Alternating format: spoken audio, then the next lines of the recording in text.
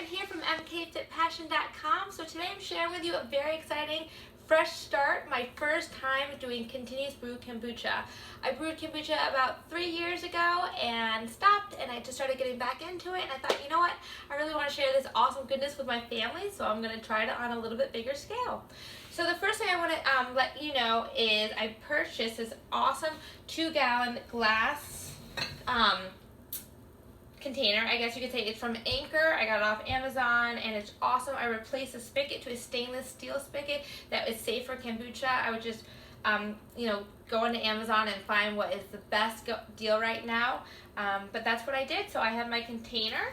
All right. I also ordered a SCOBY off kombucha because I wasn't able to get one from a friend. So this is a organic SCOBY. All right, so I'm going to use that. So the first thing that you're going to do is you're going to boil 1 quart of water, so that's 4 cups, all right? So I did 4 cups of filtered water. I put it in my large stock pot. I have it right here. It is just finished boiling. Then after you do that, all right, you're going to add 1 cup of evaporated organic cane sugar.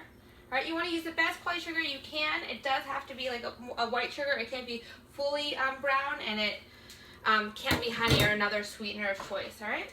So you're going to let that dissolve first, and then as soon as the sugar is dissolved, you're going to add, I think that I come up with the best ratio is 1 tea bag for every 2 cups of water that you're going to be using. So I'm going to end up with a gallon of sweet tea, so I'm going to actually use 8 tea bags, and because this is a new SCOBY, I have learned that SCOBYs really like black tea. So down the road, I'm going to do a blend 50-50 of black and green tea. But because it's my first batch, I really want my SCOBY to be happy. So I'm actually going to start with, do I have enough? I think I might be missing one. 8 black tea bags. All right, so I have them all prepped right here.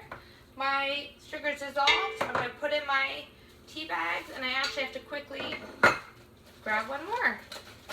All right. So I got this black tea at Target. I definitely want to use an organic tea because just, better quality. There's lots of yucky things in our teas.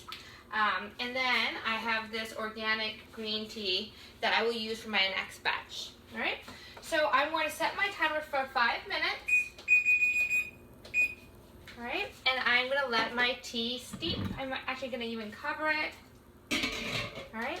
So what is different about this process is that I actually am only making my sweet tea right now with 1 quart, and I have all my tea bags and all my 1 cup of sugar in there. But what's really cool is then after that, I'm going to actually add, I'm going to add, what do I have left? 12 more cups of cold filtered water. So I'm going to fill my 1 quart pitcher 3 more times, and I'm going to add that to my sweet tea. What that does is it allows your sweet tea to cool off a lot faster than if you just made the whole sweet tea, all at one time. So what I'm going to do is as soon as 5 minutes goes off, I'm going to take this, I'm going to take the tea bags out, I'm going to transfer it to my glass container. I'm going to add 3 more quarts of cold water, all right? Then, once that is completely room temperature, so not too hot, not too cold, all right, that's when you're going to add your SCOBY and your starter tea. So when I ordered this SCOBY, I got 1 little SCOBY, and it came with about 1/4 cup of starter liquid. That's not enough. You really need at least a cup. So what I'm going to do is I'm going to add this in here once my sweet tea is in there, and then I'm going to make up the difference with this kombucha that I love because it's pretty much straight up kombucha with ginger.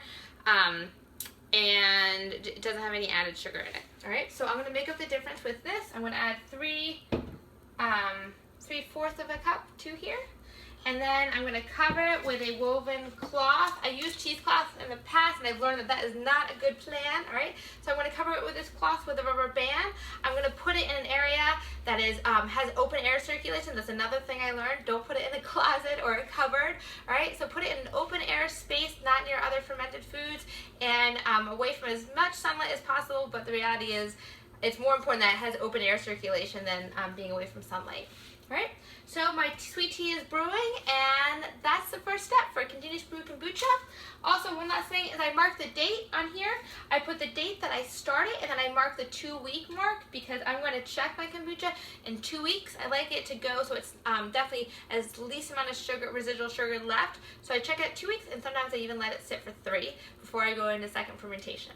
All right, so hopefully that helps you. Please like like this video, share it. Check out my website, mkfitpassion.com, and I hope you guys have a great day.